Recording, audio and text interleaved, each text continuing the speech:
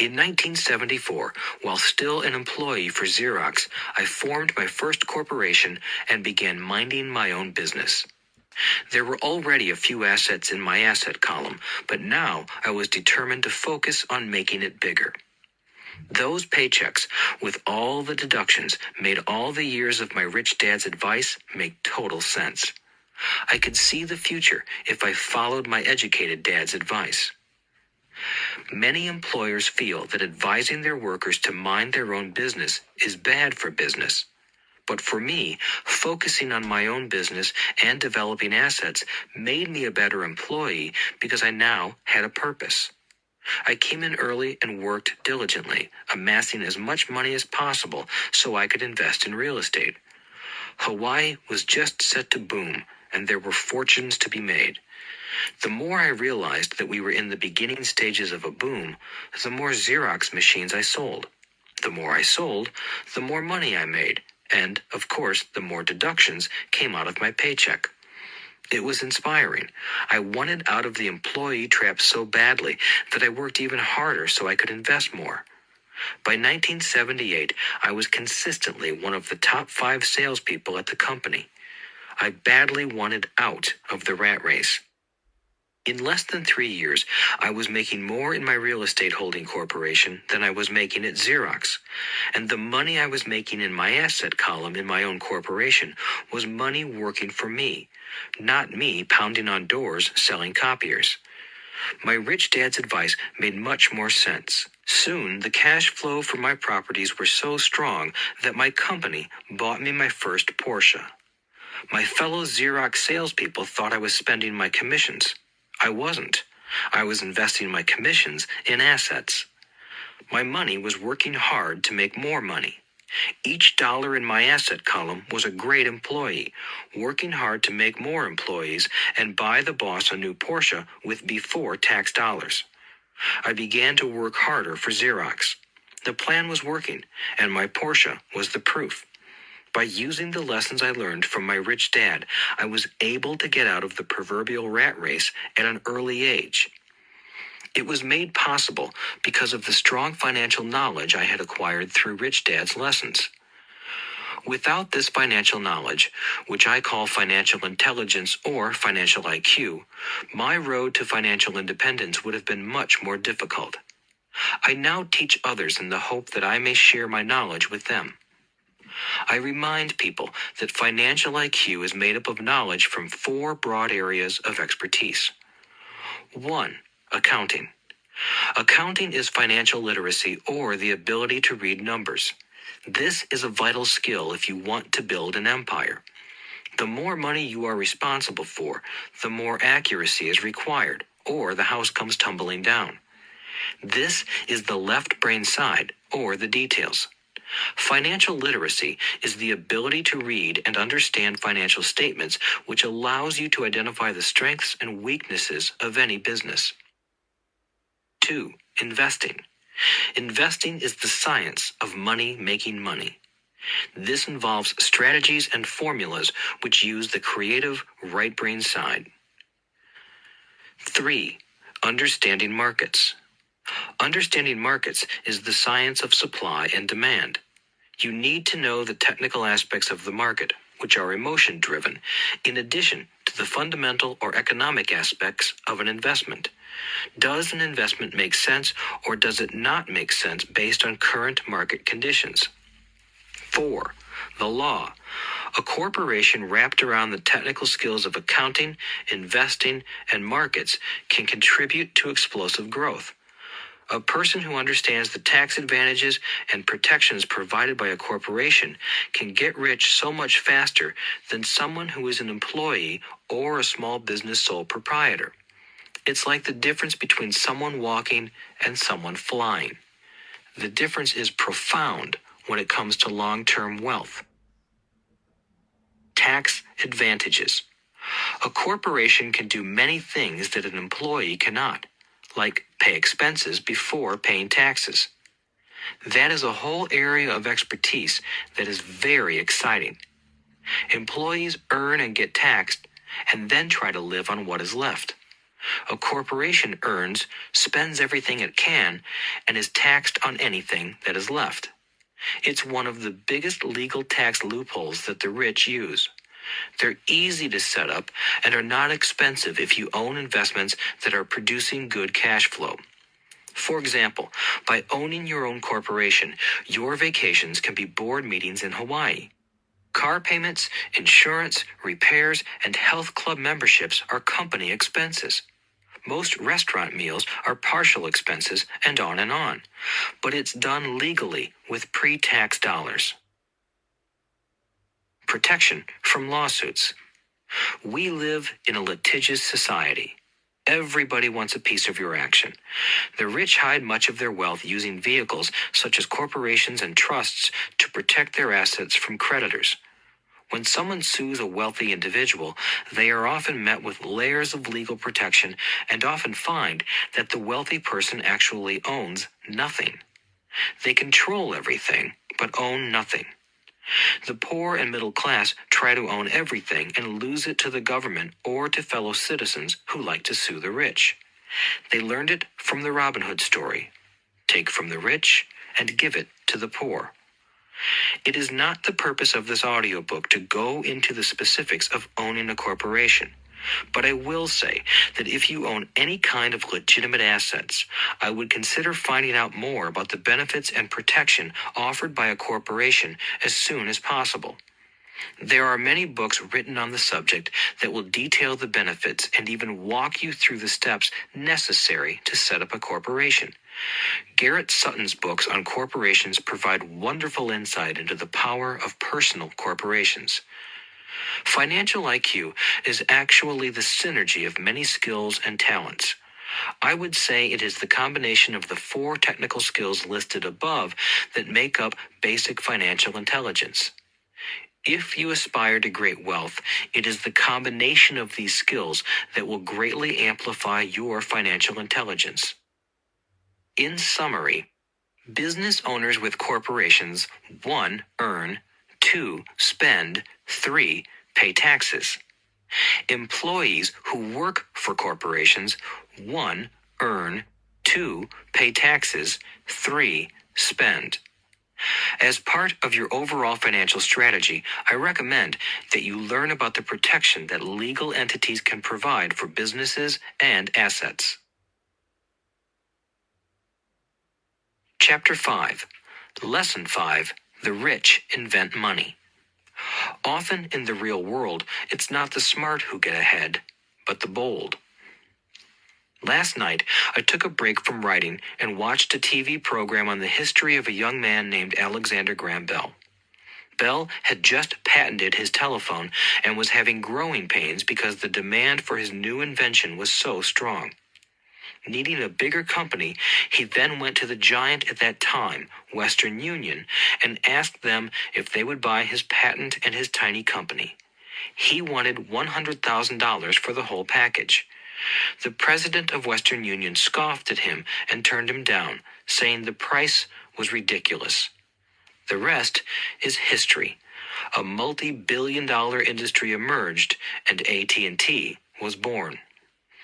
The evening news came on right after the story of Alexander Graham Bell.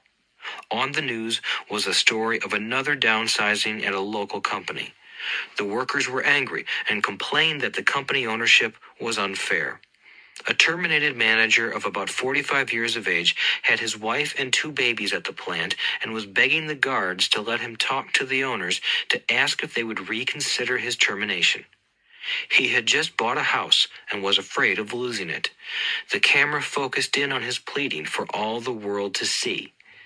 Needless to say, it held my attention.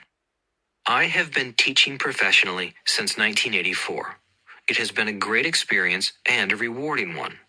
It is also a disturbing profession, for I have taught thousands of individuals, and I see one thing in common in all of us, myself included. We all have tremendous potential, and we all are blessed with gifts. Yet the one thing that holds all of us back is some degree of self-doubt. It is not so much the lack of technical information that holds us back, but more the lack of self-confidence. Some are more affected than others. Once we leave school, most of us know that it is not so much a matter of college degrees or good grades that count. In the real world, outside of academics, something more than just grades is required. I have heard it called many things: guts, chutzpah, balls, audacity, bravado, cunning, daring, tenacity, and brilliance. This factor, whatever it is labeled, ultimately decides one's future much more than school grades do. Inside each of us is one of these brave, brilliant, and daring characters. There is also the flip side of that character: people who could get down on their knees and beg if necessary. After a year in Vietnam as a Marine Corps pilot, I got to know both of those characters inside of me intimately. One is not better than the other. Yet, as a teacher, I recognized that it was excessive fear and self-doubt that were the greatest detractors of personal genius. It broke my heart to see students know the answers, yet lack the courage to act on the answer. Often in the real world, it's not the smart who get ahead, but the bold. In my personal experience, your financial genius requires both technical knowledge as well as courage. If fear is too strong, the genius is suppressed. In my classes, I strongly urge students to learn to take risks, to be bold, and to let their genius convert that fear into power and brilliance. It works for some and just terrifies others. I have come to realize that for most people, when it comes to the subject of money, they would rather play it safe. I have had to field questions such as, why take risks? Why should I bother developing my financial IQ? Why should I become financially literate? And I answer, just to have more options. There are huge changes up ahead. In the coming years, there will be more people just like the young inventor Alexander Graham Bell. There will be 100 people like Bill Gates and hugely successful companies like Microsoft created every year all over the world. And there will also be many more bankruptcies, layoffs, and downsizings. So why bother developing your financial IQ? No one can answer that but you. Yet I can tell you why I myself do it. I do it because it is the most exciting time to be alive. I'd rather be welcoming change than dreading change. I'd rather be excited about making millions than worrying about not getting a raise. This period we are in now is a most exciting time, unprecedented in our world's history. Generations from now, people will look back at this period of time and remark at what an exciting era it must have been. It was the death of the old and birth of the new. It was full of turmoil, and it was exciting. So why bother developing your financial IQ? Because if you do, you will prosper greatly. And if you don't, this period of time will be a frightening one. It will be a time of watching some people move boldly forward while others cling to worn-out life preservers. Land was wealth 300 years ago, so the person who owned the land owned the wealth. Later, wealth was in factories and production, and America rose to dominance. The industrialist owned the wealth. Today, wealth is in information, and the person who has the most timely information owns the wealth. The problem is that information flies around the world at the speed of light. The new wealth cannot be contained by boundaries and borders as land and factories were. The changes will be faster and more dramatic. There will be a dramatic increase in the number of new multimillionaires. There also will be those who are left behind. I find so many people struggling today, often working harder, simply because they cling to old ideas. They want things to be the way they were, and they resist change. I know people who are losing their jobs or their houses, and they blame technology or the economy or their boss. Sadly, they fail to realize that they might be the problem. Old ideas are their biggest liability. It is a liability simply because they fail to realize that while that idea or way of doing something was an asset yesterday, yesterday is gone. One afternoon, I was teaching how to invest using a board game I had invented, Cash Flow, as a teaching tool. A friend had brought someone along to attend the class. This friend of a friend was recently divorced, had been badly burned in the divorce settlement, and was now searching for some answers. Her friend thought the class might help. The game was designed to help people learn how money works. In playing the game, they learn about the interaction of the income statement with the balance sheet. They learn how cash flows between the two and how the road to wealth is through striving to increase your monthly cash flow from the asset column to the point that it exceeds your monthly expenses. Once you accomplish this, you are able to get out of the rat race and out onto the fast track. As I have said, some people hate the game, some love it, and others miss the point. This woman missed a valuable opportunity to learn something. In the opening round, she drew a doodad card with the boat on it. At first, she was happy. "Oh, I've got a boat." Then, as her friend tried to explain how the numbers worked on her income statement and balance sheet, she got frustrated because she had never liked math. The rest of her table waited while her friend continued explaining the relationship between the income statement, balance sheet, and monthly cash flow. Suddenly, when she realized how the numbers worked, it dawned on her that her boat was eating her alive. Later on in the game, she was also downsized and had a child. It was a horrible game for her. After the class, her friend came by and told me that she was upset. She had come to the class to learn about investing and did not like the idea that it took so long to play a silly game. Her friend attempted to tell her to look within herself to see if the game reflected her in any way. With that suggestion, the woman demanded her money back. She said that the very idea that a game could be a reflection of her was ridiculous. Her money was promptly refunded, and she left. Since 1984, I have made millions simply by doing what the school system does not do. In school, most teachers lecture. I hated lectures as a student. I was soon bored, and my mind would drift. In 1984, I began teaching via games and simulations, and I still rely on these tools today. I always encourage adult students to look at games as reflecting back to them what they know and what they need to learn. Most importantly, games reflect behavior. They are instant feedback systems. Instead of the teacher lecturing you, the game is giving you a personalized lecture, one that is custom-made just for you. The friend of the woman who left later called to give me an update. She said her friend was fine and had calmed down. In her cooling off period, she could see some slight relationship between the game and her life. Although she and her husband did not own a boat, they did own everything else imaginable. She was angry after their divorce, both because he had run off with a younger woman and because, after 20 years of marriage, they had accumulated little in the way of assets. There was virtually nothing for them to split.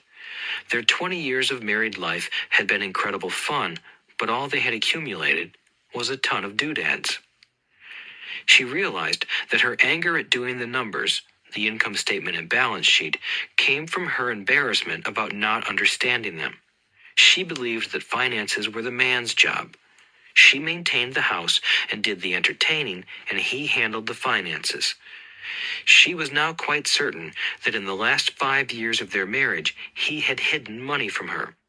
She was angry at herself for not being more aware of where the money was going, as well as for not knowing about the other woman.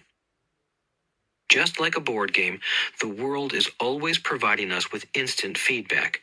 We could learn a lot if we tuned in more. One day, not long ago, I complained to my wife that the cleaners must have shrunk my pants. My wife gently smiled and poked me in the stomach to inform me that the pants had not shrunk. Something else had expanded. Me.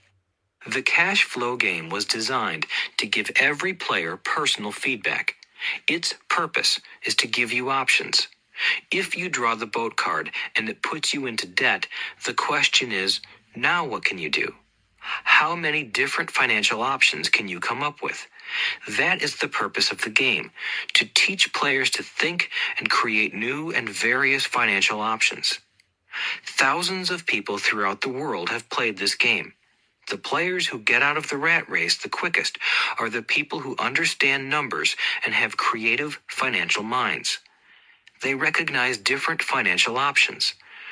Rich people are often creative and take calculated risks. People who take the longest are people who are not familiar with numbers and often do not understand the power of investing. Some people playing cash flow gain lots of money in the game, but they don't know what to do with it. Even though they have money, everyone else seems to be getting ahead of them. And that is true in real life. There are a lot of people who have a lot of money and do not get ahead financially.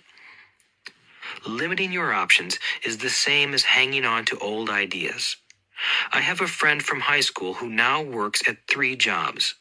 Years ago, he was the richest of all my classmates. When the local sugar plantation closed, the company he worked for went down with the plantation. In his mind, he had but one option, and that was the old option: work hard. The problem was that he couldn't find an equivalent job that recognized his seniority from the old company. As a result, he is overqualified for the jobs he currently has, so his salary is lower. He now works 3 jobs to earn enough to survive. I have watched people playing cash flow complain that the right opportunity cards are not coming their way, so they sit there. I know people who do that in real life. They wait for the right opportunity. I have watched people get the right opportunity card and then not have enough money. Then they complain that they would have gotten out of the rat race if they had had more money. So they sit there. I know people in real life who do that also. They see all the great deals, but they have no money. And I have seen people pull a great opportunity card, read it out loud, and have no idea that it is a great opportunity. They have the money, the time is right, they have the card, but they can't see the opportunity staring them in the face. They fail to see how it fits into their financial plan for escaping the rat race. And I know more people like that than all the others combined. Most people have an opportunity of a lifetime flash right in front of them, and they fail to see it. A year later, they find out about it, after everyone else got rich. Financial intelligence is simply having more options. If the opportunities aren't coming your way, what else can you do to improve your financial position? If an opportunity lands in your lap and you have no money and the bank won't talk to you, what else can you do to get the opportunity to work in your favor? If your hunch is wrong and what you've been counting on doesn't happen, how can you turn a lemon into millions? That is financial intelligence. It is not so much what happens, but how many different financial solutions you can think of to turn a lemon into millions. It is how creative you are in solving financial problems. Most people only know one solution: work hard, save, and borrow. So why would you want to increase your financial intelligence? Because you want to be the kind of person who creates your own luck. You take whatever happens and make it better. Few people realize that luck is created, just as money is. And if you want to be luckier and create money instead of working hard, then your financial intelligence is important. If you are the kind of person who is waiting for the right thing to happen, you might wait for a long time. It's like waiting for all the traffic lights to be green for 5 miles before you'll start your trip. As young boys, Mike and I were constantly told by my rich dad that money is not real. Rich Dad occasionally reminded us of how close we came to the secret of money on that first day we got together and began making money out of plaster of Paris. The poor and middle class work for money, he would say. The rich make money. The more real you think money is, the harder you will work for it. If you can grasp the idea that money is not real, you will grow richer faster. What is it? Was a question Mike and I often came back with. What is money if it is not real? What we agree it is, was all Rich Dad would say. The single most powerful asset we all have is our mind. If it is trained well, it can create enormous wealth seemingly instantaneously. An untrained mind can also create extreme poverty that can crush a family for generations. In the information age, money is increasing exponentially. A few individuals are getting ridiculously rich from nothing, just ideas and agreements. If you ask many people who trade stocks or other investments for a living, they see it done all the time.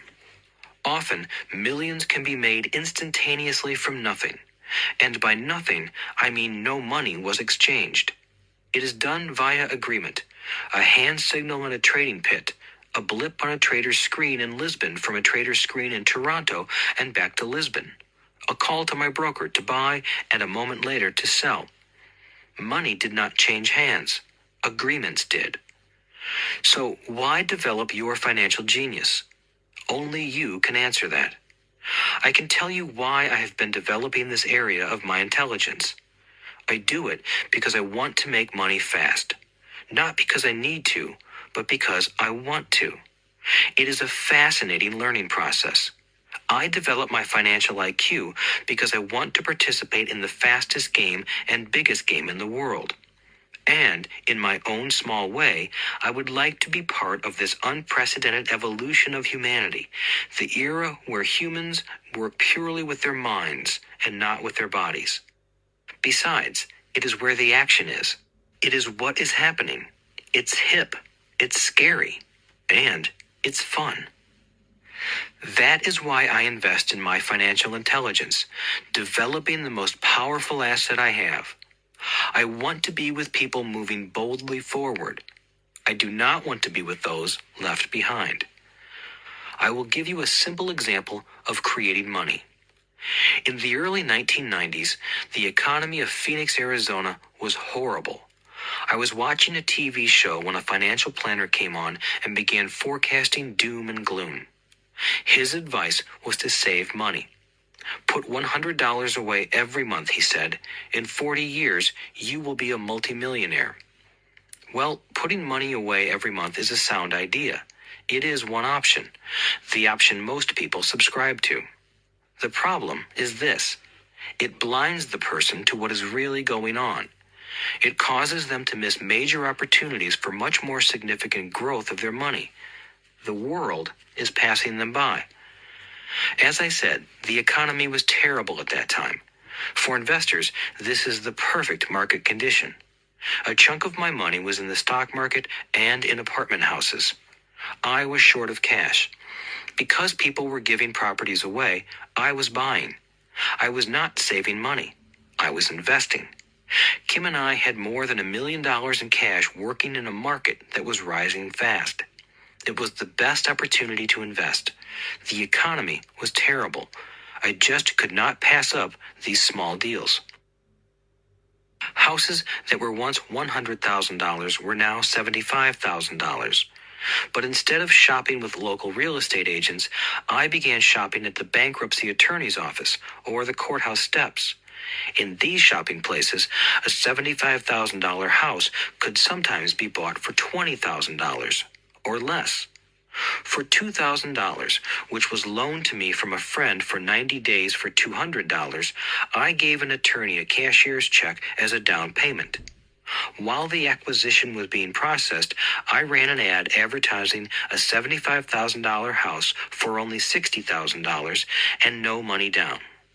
The phone rang hard and heavy. Prospective buyers were screened, and once the property was legally mine, all the prospective buyers were allowed to look at the house. It was a feeding frenzy. The house sold in a few minutes. I asked for a $2,500 processing fee, which they gladly handed over, and the escrow and title company took over from there. I returned the $2,000 to my friend with an additional $200. He was happy, the home buyer was happy, the attorney was happy, and I was happy. I had sold a house for $60,000 that cost me $20,000. The $40,000 was created from money in my asset column in the form of a promissory note from the buyer. Total working time, 5 hours. So, now that you are on your way to becoming more financially literate and skilled at reading numbers, I will tell you why this is an example of money being invented. During this depressed market, Kim and I were able to do 6 of these simple transactions in our spare time. While the bulk of our money was in larger properties and the stock market, we were able to create more than $190,000 in assets, notes at 10% interest, in those 6 buy, create, and sell transactions. That comes to approximately $19,000 a year income, much of it sheltered through our private corporation. Much of that $19,000 a year goes to pay for our company cars, gas, trips, insurance, dinners with clients, and other things. By the time the government gets a chance to tax that income, it's been spent on legally allowed pre-tax expenses. This was a simple example of how money is invented, created, and protected using financial intelligence. Ask yourself, how long would it take to save $190,000? Would the bank pay you 10% interest on your money? And the promissory note is good for 30 years. I hope they never pay me the $190,000. I have to pay a tax if they pay me the principal, and besides, $19,000 paid over 30 years is a little over $500,000 in income. I have people ask, what happens if the person doesn't pay? That does happen, and it's good news. That $60,000 home could be taken back and resold for $70,000, and another $2,500 collected as a loan processing fee. It would still be a zero-down transaction in the mind of the new buyer, and the process would go on. The first time I sold the house, I paid back the $2,000, so technically I have no money in the transaction. My return on investment, ROI, is infinity. It's an example of no money making a lot of money. In the second transaction, when resold, I would have put $2,000 in my pocket and re-extended the loan to 30 years. What would my ROI be if I got paid money to make money? I do not know, but it sure beats saving $100 a month, which actually starts out as $150 because it's after-tax income for 40 years earning low interest. And again, you're taxed on the interest. That is not too intelligent. It may be safe, but it's not smart. A few years later, as the Phoenix real estate market strengthened, those houses we sold for $60,000 became worth $110,000. Foreclosure opportunities were still available, but became rare. It cost a valuable asset, my time, to go out looking for them. Thousands of buyers were looking for the few available deals. The market had changed. It was time to move on and look for other opportunities to put in the asset column. You cannot do that here. That is against the law. You're lying. I hear those comments much more often than, "Can you show me how to do that?" The math is simple. You do not need algebra or calculus, and the escrow company handles the legal transaction and the servicing of the payments. I have no roofs to fix or toilets to unplug because the owners do that. It's their house. Occasionally, someone does not pay, and that is wonderful because there are late fees, or they move out and the property is sold again. The court system handles that. And it may not work in your area. The market conditions may be different, but the example illustrates how a simple financial process can create hundreds of thousands of dollars with little money and low risk. It is an example of money being only an agreement. Anyone with a high school education can do it. Yet, most people won't. Most people listen to the standard advice of work hard and save money. For about 30 hours of work, approximately $190,000 was created in the asset column, and no taxes were paid. Which one sounds harder to you? 1. Work hard, pay 50% in taxes, save what is left, your savings, then earn 5%, which is also taxed. Or 2. Take the time to develop your financial intelligence. Harness the power of your brain and the asset column.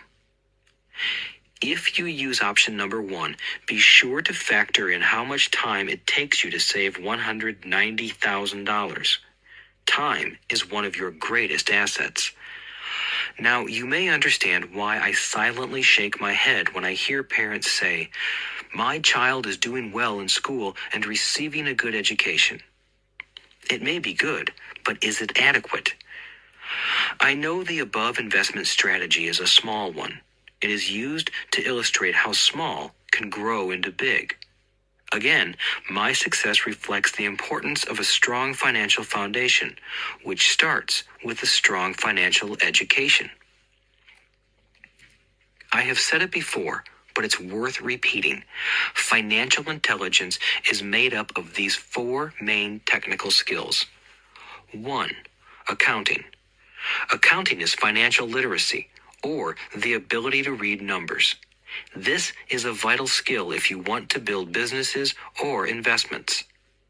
2. Investing. Investing is the science of money making money. 3.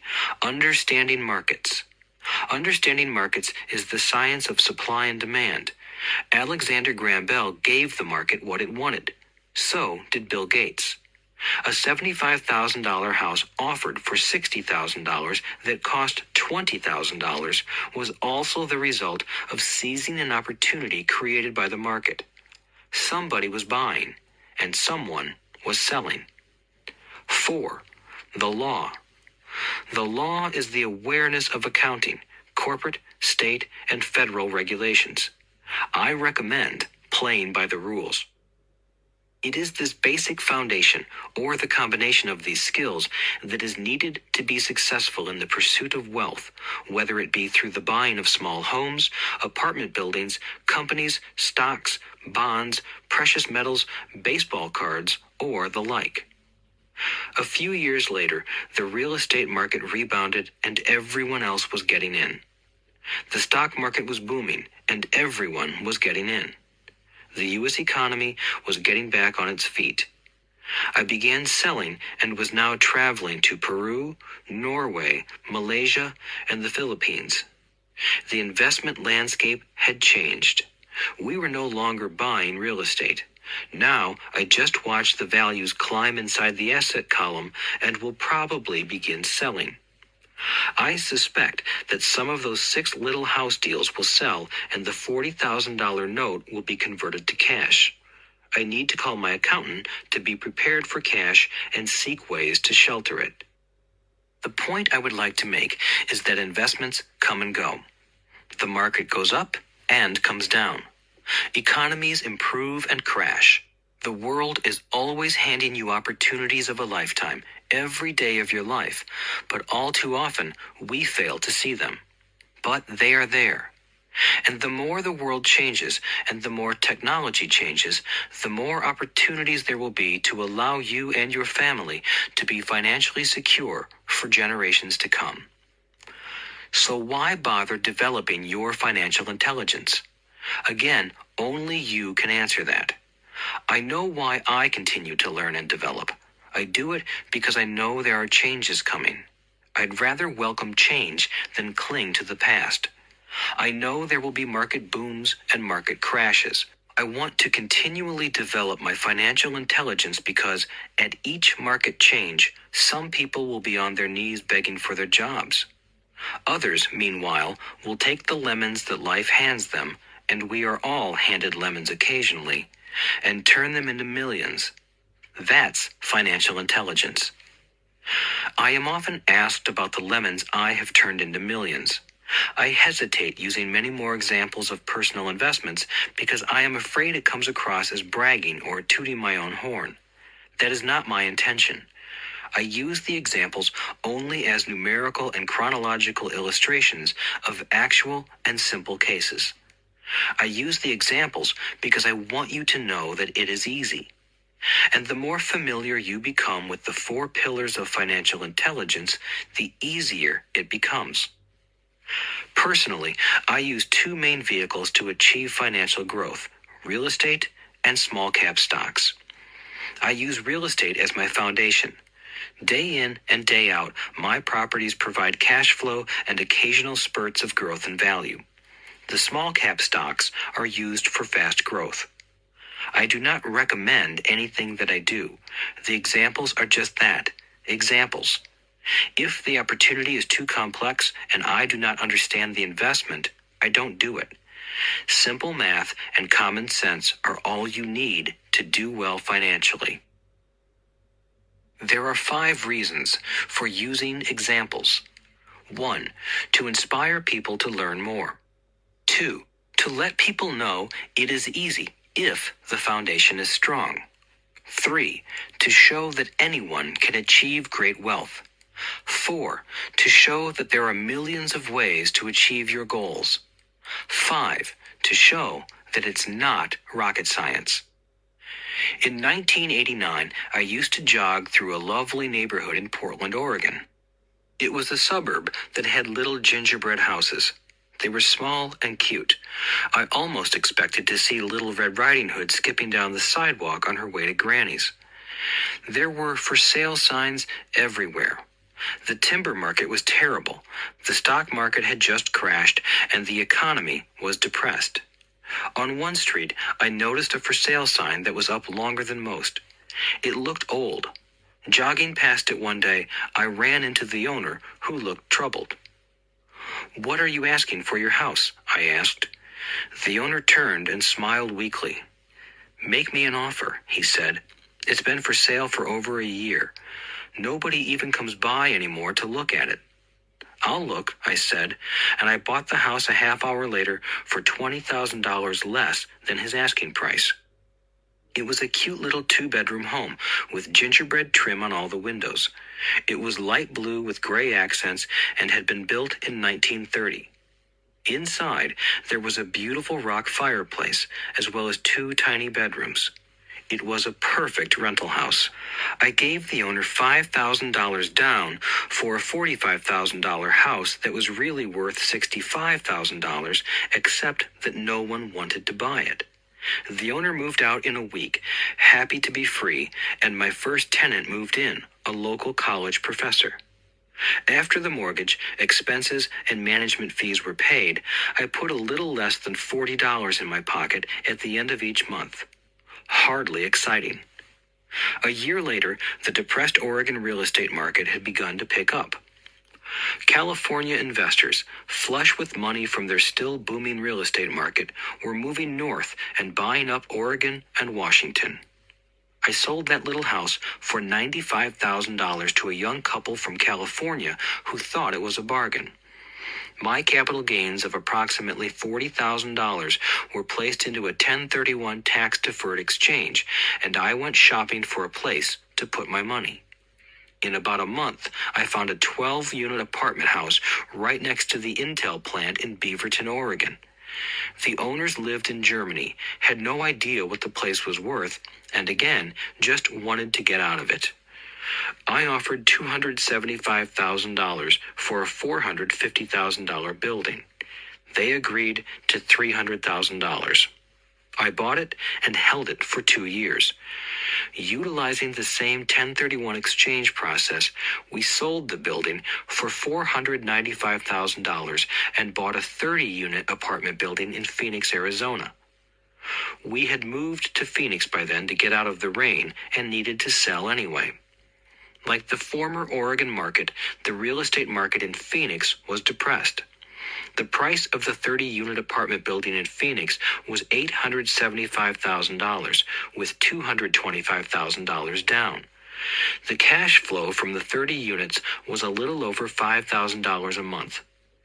The Arizona market began moving up, and a few years later, a Colorado investor offered us $1.2 million for the property. The point of this example is how a small amount can grow into a large amount. Again, it is a matter of understanding financial statements, investment strategies, a sense of the market, and the laws. If people are not versed in these subjects, then obviously they must follow standard dogma, which is to play it safe, diversify, and only invest in secure investments. The problem with secure investments is that they are often sanitized, that is, made so safe that the gains are less. Most large brokerage houses will not touch speculative transactions in order to protect themselves and their clients, and that is a wise policy. The really hot deals are not offered to people who are novices.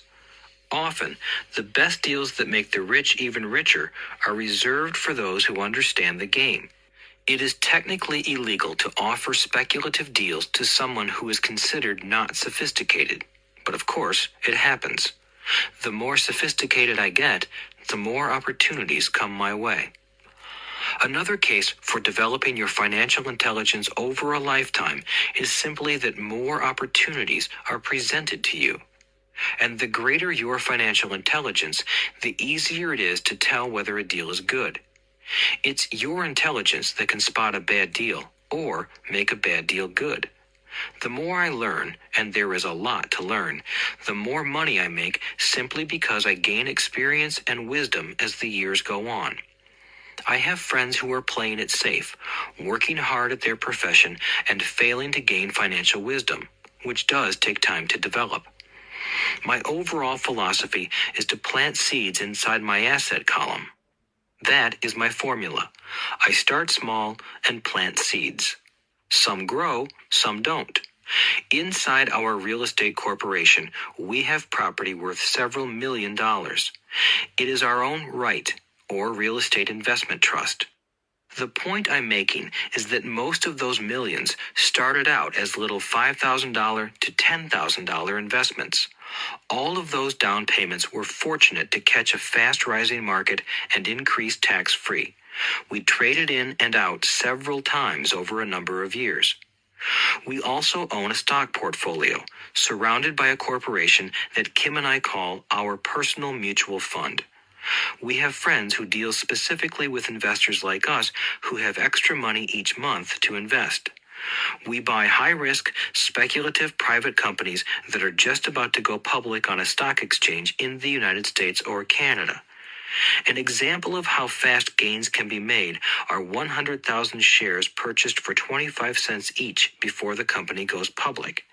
6 months later, the company is listed, and the 100,000 shares now are worth $2 each. If the company is well managed, the price keeps going up, and the stock may go to $20 or more per share. There are years when our $25,000 has gone to $1 million in less than a year. It is not gambling if you know what you're doing. It is gambling if you're just throwing money into a deal and praying. The idea in anything is to use your technical knowledge, wisdom, and love of the game to cut the odds down, to lower the risk. Of course, there is always risk. It is financial intelligence that improves the odds. Thus, what is risky for one person is less risky to someone else. That is the primary reason I constantly encourage people to invest more in their financial education than in stocks, real estate, or other markets. The smarter you are, the better chance you have of beating the odds. The stock plays I personally invested in were extremely high risk for most people and absolutely not recommended. I have been playing that game since 1979 and have paid more than my share in dues. But if you will review why investments such as these are high risk for most people, you may be able to set your life up differently, so that the ability to take $25,000 and turn it into $1 million in a year is low risk for you. As stated earlier, nothing I have written is a recommendation. It is only used as an example of what is simple and possible. What I do is small potatoes in the grand scheme of things. Yet, for the average individual, a passive income of more than $100,000 a year is nice and not hard to achieve. Depending on the market and how smart you are, it could be done in 5 to 10 years. If you keep your living expenses modest, $100,000 coming in as additional income is pleasant, regardless of whether you work. You can work if you like, or take time off if you choose, and use the government tax system in your favor rather than against you. My personal basis is real estate. I love real estate because it's stable and slow-moving. I keep the base solid. The cash flow is fairly steady and, if properly managed, has a good chance of increasing in value. The beauty of a solid base of real estate is that it allows me to take greater risks, as I do with speculative stocks. If I make great profits in the stock market, I pay my capital gains tax on the gain and then reinvest what's left in real estate, again, further securing my asset foundation. A last word on real estate. I have traveled all over the world and taught investing. In every city, I hear people say you cannot buy real estate cheap. That is not my experience. Even in New York or Tokyo, or just on the outskirts of the city, prime bargains are overlooked by most people.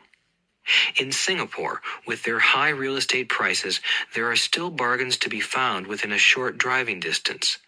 So whenever I hear someone say, "You can't do that here," pointing at me, I remind them that maybe the real statement is, "I don't know how to do that here. Yet." Great opportunities are not seen with your eyes. They are seen with your mind. Most people never get wealthy simply because they are not trained financially to recognize opportunities right in front of them. I am often asked, how do I start? In the final chapter of this audiobook, I offer 10 steps that I followed on the road to my financial freedom. But always remember to have fun. When you learn the rules and the vocabulary of investing and begin to build your asset column, I think you'll find that it's as fun a game as you've ever played. Sometimes you win, and sometimes you learn. But have fun. Most people never win because they're more afraid of losing.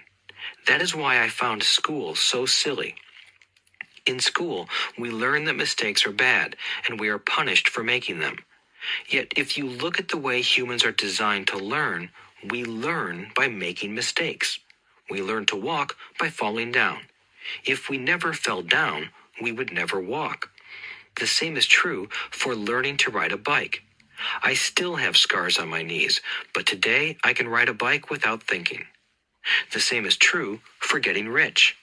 Unfortunately, the main reason most people are not rich is because they are terrified of losing. Winners are not afraid of losing, but losers are. Failure is part of the process of success. People who avoid failure also avoid success. I look at money much like my game of tennis. I play hard, make mistakes, correct, make more mistakes, correct, and I get better. If I lose the game, I reach across the net, shake my opponent's hand, smile, and say, "See you next Saturday." There are two kinds of investors. One, the first and most common type is a person who buys a packaged investment. They call a retail outlet, such as a real estate company, a stockbroker, or a financial planner, and they buy something. It could be a mutual fund, a right, a stock, or bond. It is a clean and simple way of investing. An analogy would be a shopper who goes to a computer store and buys a computer right off the shelf. 2. The second type is an investor who creates investments. This investor usually assembles a deal in the same way a person who buys components builds a computer. I do not know the first thing about putting components of a computer together, but I do know how to put pieces of opportunities together, or know people who know how. It is this second type of investor who is the more professional investor. Sometimes it may take years for all the pieces to come together. And sometimes they never do. It is this second type of investor that my rich dad encouraged me to be. It is important to learn how to put the pieces together, because that is where the huge wins reside, and sometimes some huge losses if the tide goes against you. If you want to be the second type of investor, you need to develop 3 main skills. These skills are in addition to those required to become financially intelligent. 1. Find an opportunity that everyone else missed. You see with your mind what others miss with their eyes. For example, a friend bought this run-down old house. It was spooky to look at. Everyone wondered why he bought it. What he saw that we did not was that the house came with 4 extra empty lots. He discovered that after going to the title company. After buying the house, he tore the house down and sold the 5 lots to a builder for 3 times what he paid for the entire package. He made $75,000 for 2 months of work. It's not a lot of money, but it sure beats minimum wage. And it's not technically difficult. 2. Raise money. The average person only goes to the bank. This second type of investor needs to know how to raise capital, and there are many ways that don't require a bank. To get started, I learned how to buy houses without a bank. It was the learned skill of raising money more than the houses themselves that was priceless. All too often, I hear people say, "The bank won't lend me money," or "I don't have the money to buy it." If you want to be a type 2 investor, you need to learn how to do that which stops most people. In other words, a majority of people let their lack of money stop them from making a deal. If you can avoid that obstacle, you will be millions ahead of those who don't learn those skills. There have been many times I have bought a house, a stock, or an apartment building without a penny in the bank. I once bought an apartment house for $1.2 million. I did what is called tying it up with a written contract between seller and buyer. I then raised the $100,000 deposit, which bought me 90 days to raise the rest of the money. Why did I do it? Simply because I knew it was worth $2 million. I never raised the money. Instead, the person who put up the $100,000 gave me $50,000 for finding the deal, took over my position, and I walked away. Total working time? 3 days. Again, it's what you know more than what you buy. Investing is not buying. It's more a case of knowing. 3. Organize smart people. Intelligent people are those who work with or hire a person who is more intelligent than they are. When you need advice, make sure you choose your advisor wisely. There is a lot to learn, but the rewards can be astronomical. If you do not want to learn those skills, then being a Type 1 investor is highly recommended. It is what you know that is your greatest wealth. It is what you do not know that is your greatest risk. There is always risk, so learn to manage risk instead of avoiding it. Chapter 6. Lesson 6. Work to learn. Don't work for money. Job security meant everything to my educated dad. Learning meant everything to my rich dad. A few years ago, I granted an interview with a newspaper in Singapore. The young female reporter was on time, and the interview got underway immediately. We sat in the lobby of a luxurious hotel, sipping coffee and discussing the purpose of my visit to Singapore. I was to share the platform with Zig Ziglar. He was speaking on motivation, and I was speaking on the secrets of the rich. "Someday, I would like to be a best-selling author like you," she said. I had seen some of the articles she had written for the paper, and I was impressed. She had a tough, clear style of writing. Her articles held a reader's interest. "You have a great style," I said in reply. "What holds you back from achieving your dream?" "My work does not seem to go anywhere," she said quietly. "Everyone says that my novels are excellent, but nothing happens. So I keep my job with the paper. At least it pays the bills. Do you have any suggestions?" "Yes, I do," I said brightly. "A friend of mine here in Singapore runs a school that trains people to sell. He runs sales training courses for many of the top corporations here in Singapore, and I think attending one of his courses would greatly enhance your career." She stiffened. "Are you saying I should go to school to learn to sell?" I nodded. "You aren't serious, are you?" Again, I nodded. "What is wrong with that?" I was now backpedaling. She was offended by something, and now I was wishing I had not said anything. In my attempt to be helpful, I found myself defending my suggestion. I have a master's degree in English literature. Why would I go to school to learn to be a salesperson? I am a professional. I went to school to be trained in a profession so I would not have to be a salesperson. I hate salespeople. All they want is money. So tell me why I should study sales. She was packing her briefcase. The interview was over. On the coffee table sat a copy of an earlier best-selling book I wrote. I picked it up as well as the notes she had jotted down on her legal pad.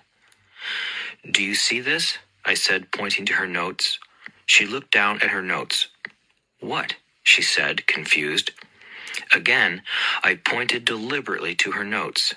On her pad she had written, "Robert Kiosaki, best-selling author." "It says best-selling author, not best writing author," I said quietly. Her eyes widened. "I am a terrible writer," I said. "You are a great writer. I went to sales school. You have a master's degree. Put them together, and you get a best-selling author and a best writing author." Anger flared from her eyes. "I'll never stoop so low as to learn how to sell. People like you have no business writing. I'm a professionally trained writer, and you are a salesman. It is not fair," she fumed. She put the rest of her notes away and hurried out through the large glass doors into the humid Singapore morning. At least she gave me a fair and favorable write-up the next morning. The world is filled with smart, talented, educated, and gifted people. We meet them every day. They are all around us. A few days ago, my car was not running well. I pulled into a garage, and the young mechanic had it fixed in just a few minutes. He knew what was wrong by simply listening to the engine.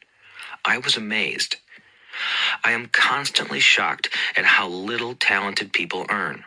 I have met brilliant, highly educated people who earn less than $20,000 a year. A business consultant who specializes in the medical trade was telling me how many doctors, dentists, and chiropractors struggle financially. All this time, I thought that when they graduated, the dollars would pour in. It was this business consultant who gave me the phrase, "They are one skill away from great wealth." What this phrase means is that most people need only to learn and master one more skill, and their income would jump exponentially. I have mentioned before that financial intelligence is a synergy of accounting, investing, marketing, and law. Combine those four technical skills, and making money with money is easier than most people would believe. When it comes to money, the only skill most people know is to work hard. The classic example of a synergy of skills was that young writer for the newspaper. If she diligently learned the skills of sales and marketing, her income would jump dramatically. If I were her, I would take some courses in advertising copywriting as well as sales. Then, instead of working at the newspaper, I would seek a job at an advertising agency. Even if it were a cut in pay, she would learn how to communicate in shortcuts that are used in successful advertising. She also would spend time learning public relations, an important skill. She would learn how to get millions in free publicity. Then, at night and on weekends, she could be writing her great novel. When it was finished, she would be better able to sell her book. Then, in a short while, she could be a best-selling author. When I came out with my first book, If You Want to Be Rich and Happy, Don't Go to School, a publisher suggested I change the title to The Economics of Education. I told the publisher that, with a title like that, I would sell 2 books, one to my family and one to my best friend. The problem is that they would expect it for free. The obnoxious title, If You Want to Be Rich and Happy, Don't Go to School, was chosen because we knew it would get tons of publicity. I am pro-education and believe in education reform.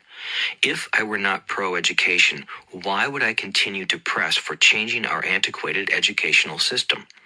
So I chose a title that would get me on more TV and radio shows simply because I was willing to be controversial. Many people thought I was a fruitcake, but the book sold and sold. When I graduated from the U.S. Merchant Marine Academy in 1969, my educated dad was happy. Standard Oil of California had hired me for its oil tanker fleet as a third mate. The pay was low compared with my classmates, but it was okay for a first real job after college.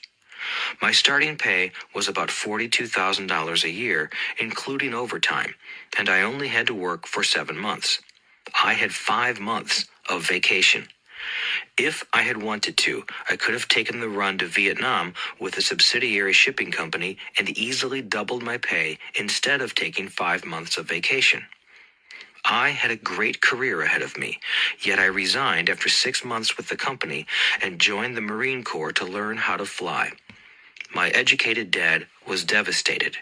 Rich Dad congratulated me. In school and in the workplace, the popular opinion is the idea of specialization. That is, in order to make more money or get promoted, you need to specialize. That is why medical doctors immediately begin to seek a specialty such as orthopedics or pediatrics. The same is true for accountants, architects, lawyers, pilots, and others.